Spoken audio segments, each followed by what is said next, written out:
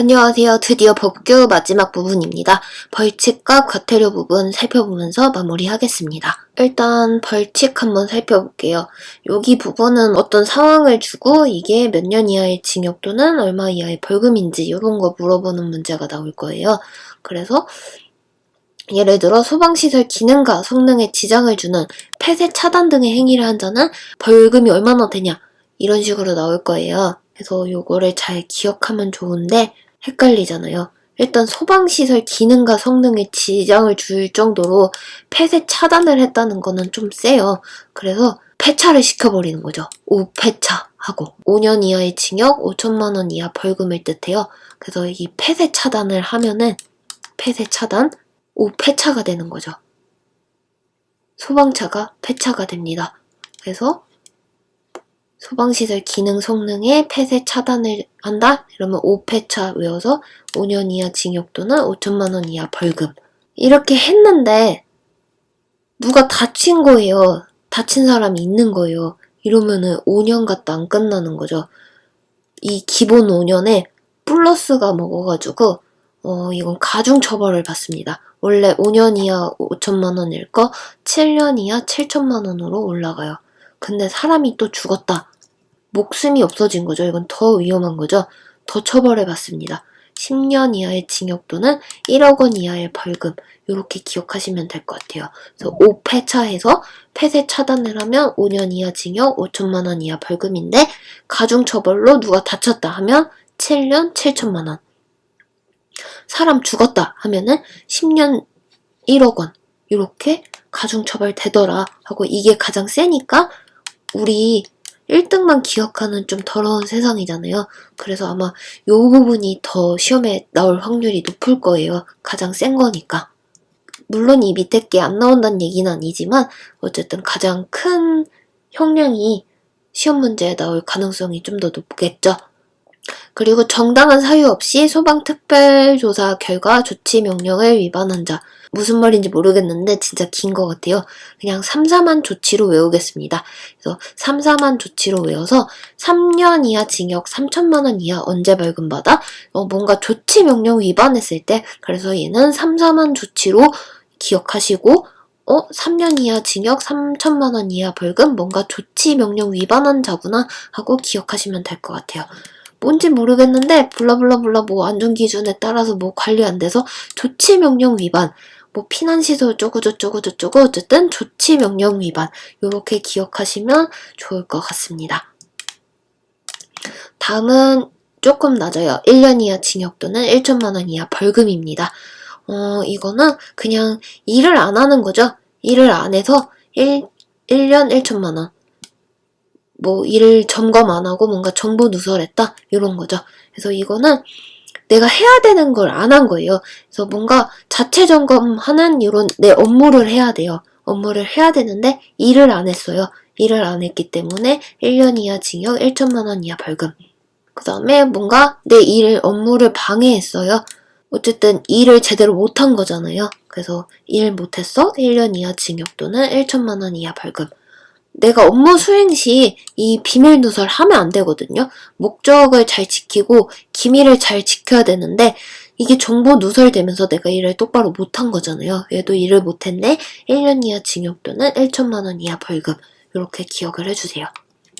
그래서 가장 센 거 5폐차, 폐차가 될 정도로 폐쇄 차단을 해서 5년 이하 징역 5천만 원 이하 벌금 3, 4만 조치 뭔가 조치 명령 위반을 했구나. 3, 4만에 3년 3천만 원 이렇게 기억하시고 일을 똑바로 안 했어. 그러니까 일 안 함 1년 1천만 원. 자체 점검 일 안 하고 업무 똑바로 안 하고 비밀 누설하고 이렇게 기억하시면 되고요. 다음은 300만 원 이하 벌금이에요.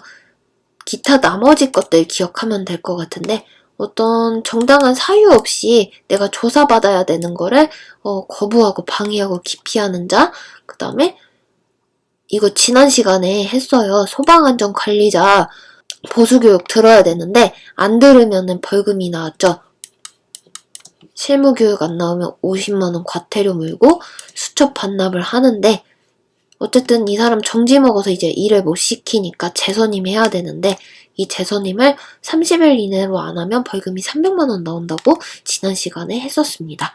그래서 지난 시간에 했던 내용이 여기 있는 거예요. 소방안전관리자 선임 똑바로 안 하고 정지 먹었는데 재선임 안 하고 했다? 이러면 300만 원 이하 벌금.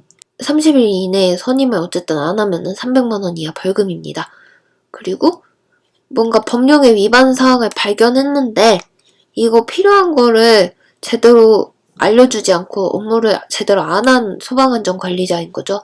이 사람도 300만 원 이하 벌금. 이거는 유일하게 소방안전관리자를 위한 항목입니다.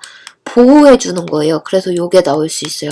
다른 거는 우리가 일 못했기 때문에 벌금 물고 우리가 비밀 누설을 똑바로 못해서 이렇게 벌금 물고 조치명령 위반해서 막 이렇게 되는데 이거는 유일하게 소방안전관리자를 보호해주는 법령입니다. 이 소방안전관리자한테 불이익을 줬다. 이러면 그 사람 300만 원 이하 벌금 봅니다. 그래서 이 관계인이 소방안전관리자를 선임을 했어요. 그래서 선임을 딱 했는데 맨날 야근시키고 뭔가 좀 부당한 업무 시키고 괴롭히는 거죠. 이렇게 했을 때 이 사람이 300만 원 이하 벌금을 무는 거죠. 이 여태까지의 법령들은 다 이 소방안전관리자가 잘못했을 때 생기는 법령이었습니다.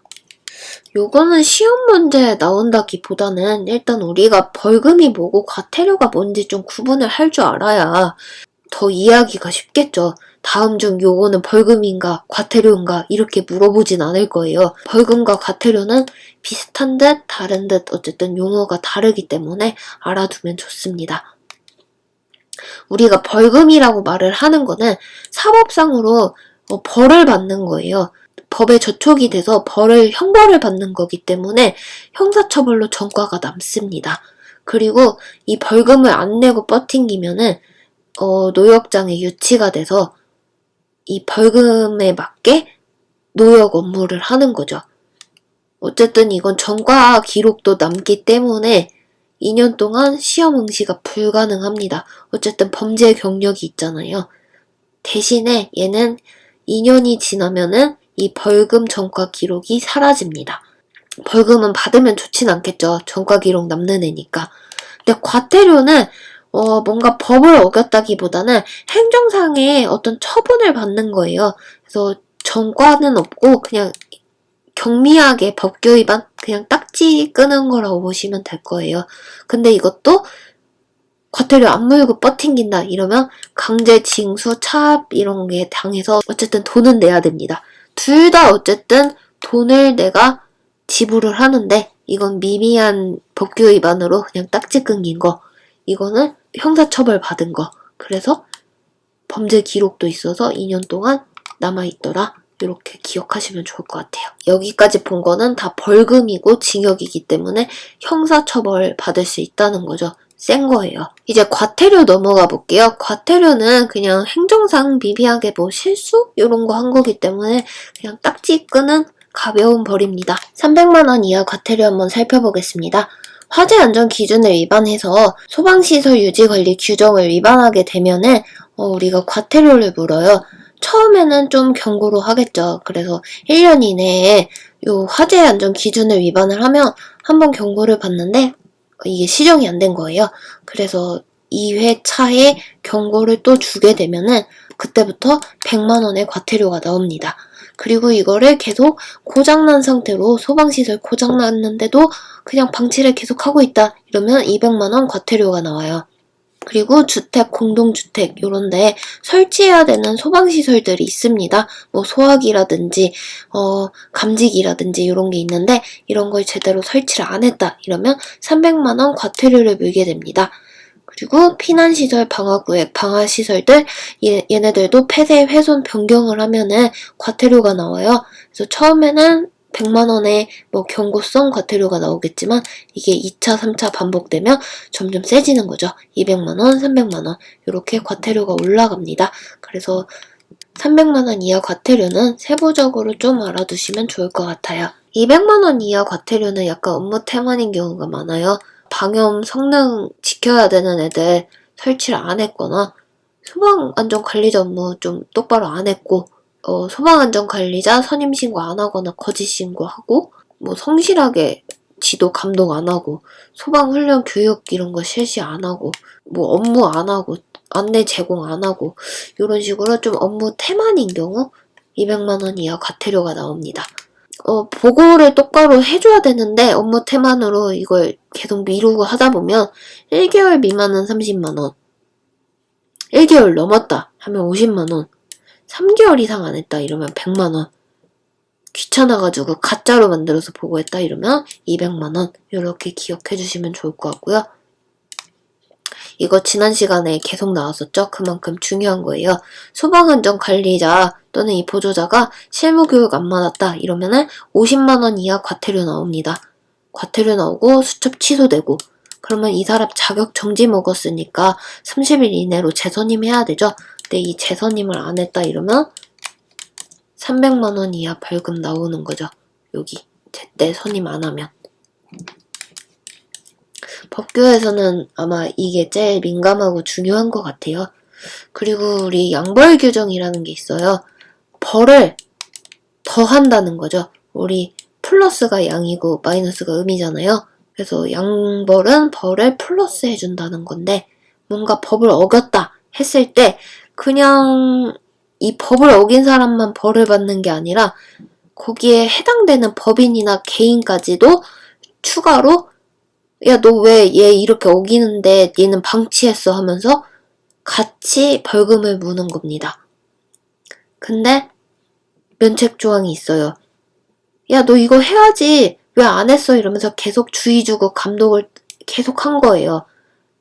근데 이 소방안전관리자가 말을 안 듣는 거죠. 나는 계속 해.